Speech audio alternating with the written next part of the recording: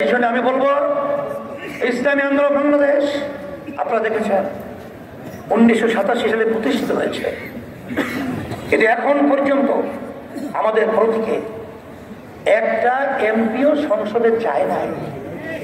এর অর্থ কি ইসলামী আন্দোলন বাংলাদেশ একেবারে দুর্বল? আমাদের কোনো সংগঠনের কোনো কাঠামোই তো নাই, লোকজন আছে, এই জন্য তো আমরা ক্ষমতায় যাই নাই, ঠিক না? আসলে বাস্তবতা হলো এই যে অনেকে চিন্তার ব্যবধান পায়, বারবার বারবার ওরা বিভিন্ন আমাদেরকে ধোকা পেয়ে ধোকা দিয়ে সিঁড়ি বানিয়ে ক্ষমতায় যে টুল শব্দ ব্যবহার করে,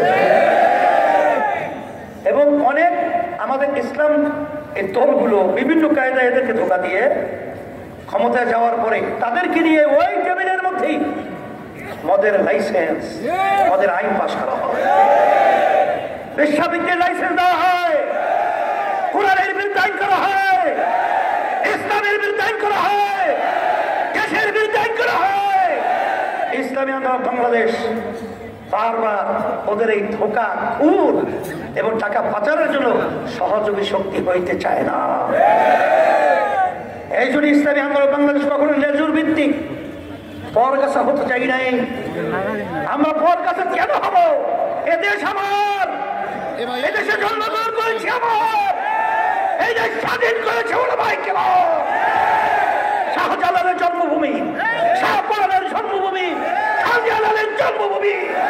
এই দেশের নাস্তিকরা মাথা উঁচু করবে আর মুসলমান দেবে থাকবে, এটা হতে পারে না, হতে চায় না।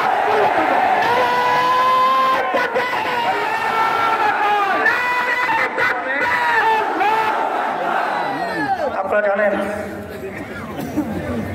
2024 জানুয়ারি 7ই নির্বাচন। আমাদের অফার দেওয়া হয়েছে তো আমি জানি, প্রধানমন্ত্রীর পক্ষ থেকে বারবার আমাকে নিয়ে যে বৈঠক করে কি বলেছে তো আমি জানি। এমনকি তারা বিরোধী দলকেও আমাদেরকে বানাতে চেয়েছিল, কিন্তু আমরা পরিষ্কার বলেছি ইসলামী আন্দোলনকে চিনতে ভুল করেছে। ইসলামী আন্দোলন বাংলাদেশ নিছক 2-1 এমপির জন্য, 2-1 মন্ত্রিত্বের জন্য, সম্মানের জন্য, সম্পদের জন্য রাজনীতি মানে রাজনীতি করে না। ইসলামী আন্দোলন বাংলাদেশ রাজনীতি করে দেশের কল্যাণের জন্য, মানবতার কল্যাণের জন্য, ইসলামের কল্যাণের জন্য।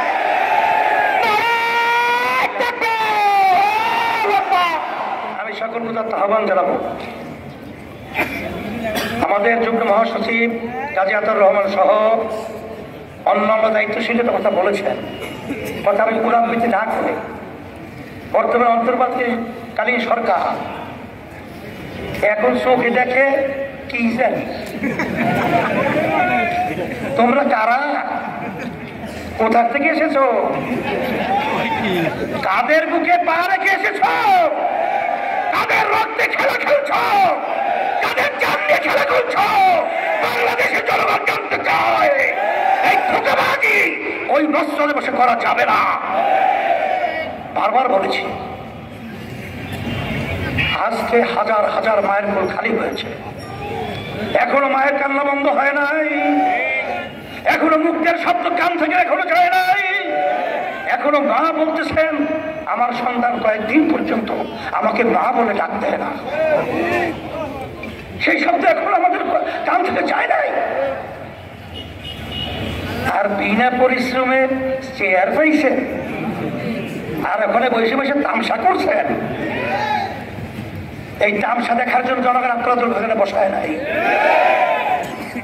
জনগণের প্রত্যাশা ছিল 53 বছরে যারা বারবার আমাদেরকে বোকা বানিয়ে ধোকা দিয়ে মাথায় নুন রেখে পরেই খাওয়ার প্রবণতা দেখিয়েছে, এর পরিবর্তনের মাধ্যমে এই বাংলাদেশটা হবে একটা কল্যাণ রাষ্ট্র, সুন্দর রাষ্ট্র। এই দেশটা হবে তাম বিশ্বের মধ্যে মাথা সম্মান সাগর উঁচু করে দাঁড়িয়ে থাকা রাষ্ট্র। সেই জন্যই আমরা রাজনীতির মাঝে রাজনীতি করছি। আমি সকল তার আহ্বান জানাবো, আপনাদেরকে খুলনাবাসীর ধন্যবাদ জানাই। আমাদের সম্মানিত আজকে এই বাংলাদেশের সভাপতি মেয়র নির্বাচন করছিল হাত পাকা প্রতীকে, আপনারা যে পরিমাণ সমর্থনের মাধ্যমে ইসলামকে সম্মানিত করেছেন, আমি হিসাবে আপনাদের খুলনাবাসীদেরকে আমি ধন্যবাদ জানাই। আল্লাহ রাব্বুল আলামিন আপনাদেরকে ইসলামের জন্য, দেশের কল্যাণের জন্য, মানবতার কল্যাণের জন্য কবুল করে নেয়। সাথে সাথে বিশেষ করে আমি বলবো, আজকে বাংলাদেশের মধ্যে ইসলামের পক্ষে একটা ক্ষেত্র সুন্দর তৈরি হয়েছে। এই ক্ষেত্রে আমরা বারবার আর বিগত দিনে পরীক্ষিত যারা দুর্নীতিবাজ, খুনি, স্বার্থন্বেষী, এদেরকে আর ক্ষমতায় আমরা দেখতে চাই না, নিতেও চাই না। এই জন্য আমার ভাইদেরকে বলবো, মাঠে যুদ্ধ চলছে, দৌড়ের পাল্লা চলছে। আল্লাহ বলছেন জিহাদ করার মতো। আপনারা এখানে যারা আসছেন, এই মাঠের যুদ্ধে দৌড়ে আমার ভাইদের কাছে, মা বোনদের কাছে এই ইসলামের দাওয়াত, দুনিয়াতে শান্তি, আখিরাতে মুক্তির লক্ষ্যে, দেশ সুন্দরের জন্য আমরা ব্যক্তি পর্যায় পর্যন্ত পা ধরে হোক, হাত ধরে হোক, যে প্রকারই হোক, তাদেরকে দেশের কল্যাণের জন্য, ইসলামের কল্যাণের জন্য আমরা এই আহ্বানে এবং এই হাত পাকা প্রতীক ইসলামের পক্ষে ছায়াতলে নিয়ে আসার জন্য চেষ্টা করার জন্য কে রাজি আছি? হাঁটু দেখি, দেখান তো দেখি, আমরা দেখুন। আলহামদুলিল্লাহ, কবুল করে নেন। আপনাদের সকলকে ধন্যবাদ জানাই। এত সুন্দর একটা ঐতিহাসিক আপনারা জনসভা করেছেন। আমার সাংবাদিক ভাইদেরকে ধন্যবাদ জানাই, প্রশাসন ভাইদেরকে ধন্যবাদ জানাই, সকলকে ধন্যবাদ জানিয়ে আমি দোয়া চাই, আমি দোয়া করে শেষ করছি। আল্লাহুম্মা আমিন।